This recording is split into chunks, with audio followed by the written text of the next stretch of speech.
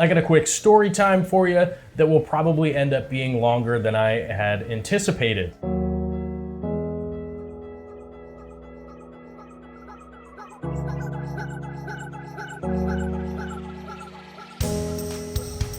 Welcome back to the channel.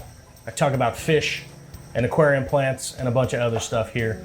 So if you're somebody who's into that kind of stuff, hit the subscribe button, hit the like button, and do all that kind of stuff. If you want to become part of the community, you can join up on Patreon or you can join up here on YouTube. You don't have to. You can still watch the content for free because that's how it is.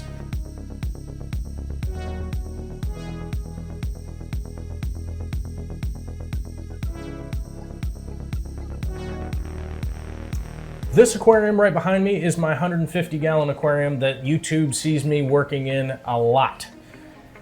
A few years ago, Corey and myself were working on a show called The Real Fish Talk, which is still up on the internet. You can find it. It's a long format podcast type show where we talked about fish and aquariums and stuff. During one of those episodes, I came to the conclusion that I've always wanted to raise a strain of guppy just from one male and one female alone, and then I got held to it. Those of you that have been following the channel know that that experiment did not go well in this aquarium, and it probably would have been better had I done it in a much smaller aquarium where I could have kept a much closer eye on what was going on with their breeding behavior and whatnot. But it seemed to me like they were doing fine, and they never threw any babies or anything like that. And it was kind of sad, and everybody gave me a hard time for it, and I appreciate it. I actually appreciate getting a hard time for something like that because it's fun. You know, it's fun doing this hobby, and those fish just lived until their old age and eventually, you know, succumbed to father time. So it wasn't, it's not a bad story or anything like that. They just never bred. And yeah, that's just kind of the fact of how that went down. Now, I have always wanted to have a large cobra, bumblebee, Endler, guppy, whatever you want to call them. They are the Endler variants that are yellow and black. I love them a lot. They are one of my favorite fish of all time, and I've wanted to have a giant colony of them in this aquarium for a long time. And I hung out with those two guppies for a really long time, and it never worked out. But from having done the Real Fish Talk, I ended up going to some of the Greater Seattle Aquarium Society meetings where I got to meet up with Alyssa Bentley, who is now on my show, which, you know, it's like 7 steps to Kevin Bacon kind of situation. So I ended up becoming friends with Alyssa, and, you know, as time went on, eventually I realized that Alyssa had those guppies that I like so much. And, you know, she was like, look, I'm gonna be getting rid of this little bit of a colony. So, hey, we made a trade, and now I've got these guppies in this aquarium, which I am super excited for. I have pregnant females, they are healthy. I've had to make a couple of changes to the aquarium to make it a little better for the guppies. The slight change I had to make was I had to add something to bring the water hardness up. And you guys know that I add Indian almond leaves to my sumps on a regular basis, and that's fine. I'm not gonna change that part of the schedule, but I've got a big old container. What is this thing?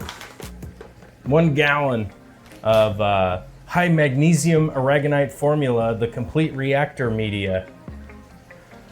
I just happen to have this. It's produced by Carib Sea. It's just a crushed aragonite that's typically used in calcium reactors. Crushed coral, whatever, will work just fine for this exact same application. I'm using that because it's what I had.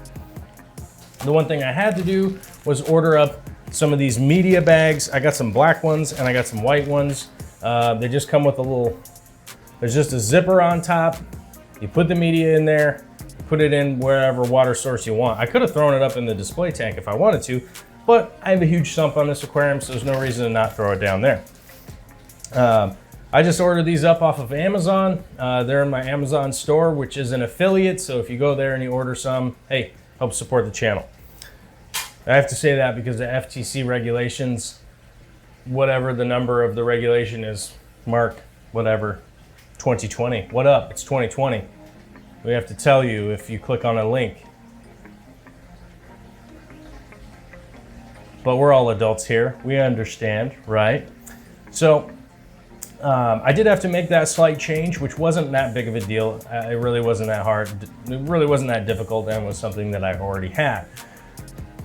Now, I'm super stoked to hopefully be able to fast forward 6 to 8 months from now when I have a ton of guppies in here and there's just a ton of activity in here.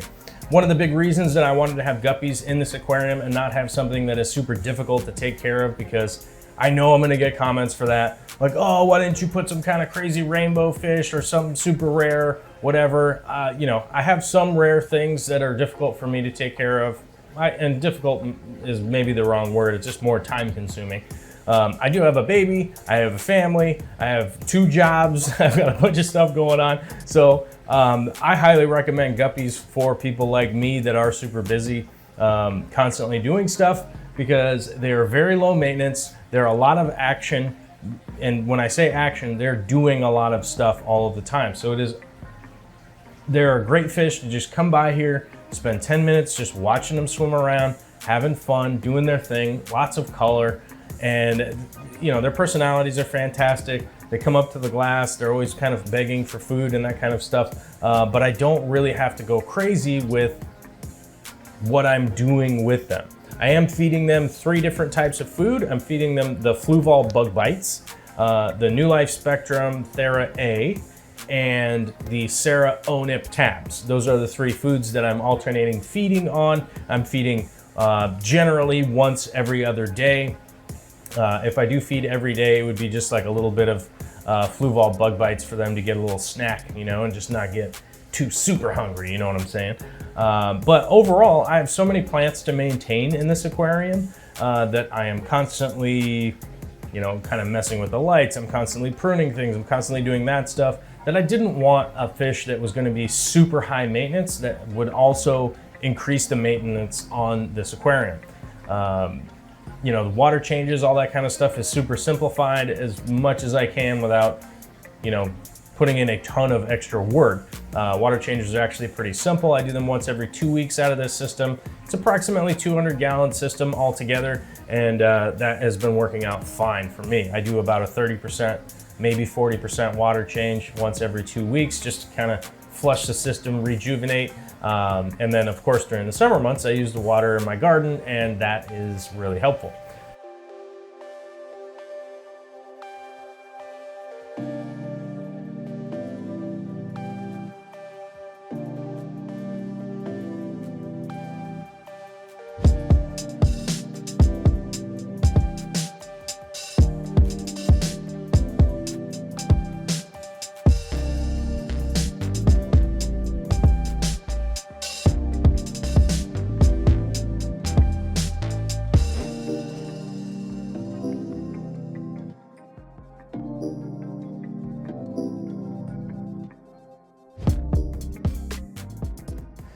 So for those of you that stayed all the way to the end of the video, I wanted to make sure that there was some value here at the end for you. People have brought it up to me many times. They're like, I don't understand how you continually aquascape an aquarium and keep it changing, and what's your methodology for that? Now, the Pogostemen erectus that is in here, which is this, you know, frilly, spiky looking plant right here. Get a lot of questions about that plant. I think I have a video about it. You can find it, I don't know. But I wanted to give you the aquascaping tip of how I keep moving things around and changing things in an aquarium just to keep it going, keep it fresh, and not end up with a tank that's just like a bunch of trimmings jammed in and that's it. So the Pogostemen erectus that's here, I've got more of it back there, right behind the overflow, right back there. Now, I moved all that Pogostemen erectus there to the side of the, basically to the side of that overflow right there. And it's all establishing. It's going to get grown in here. I probably got about 2 weeks before it's like, and growing up and growing big.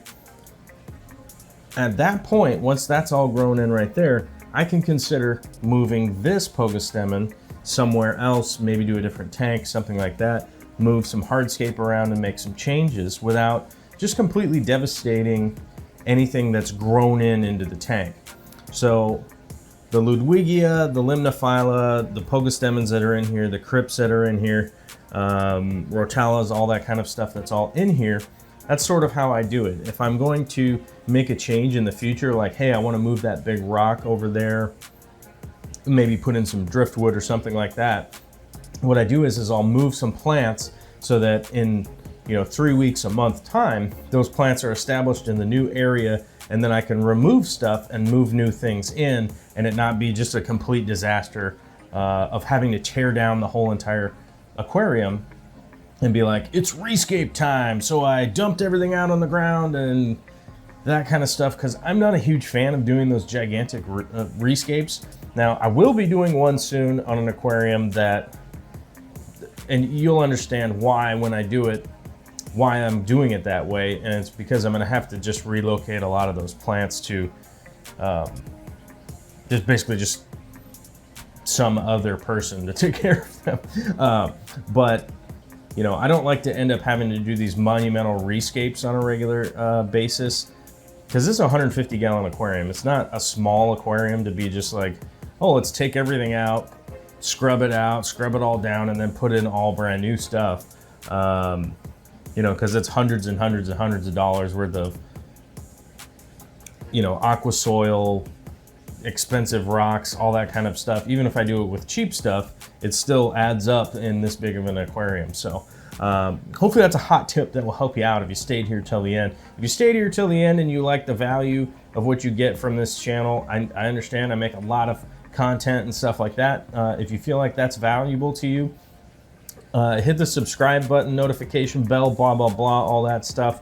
But if you do want to join our community, you could either do that via YouTube down at the join button down below. Yes, it costs money. It helps make more content and stuff for you guys. Or you could go over to Patreon and become a Patreon, and then you'd be able to join our Discord and stuff. So hopefully those are perks and benefits that help you out. If not, you don't have to partake in them, because you don't have to.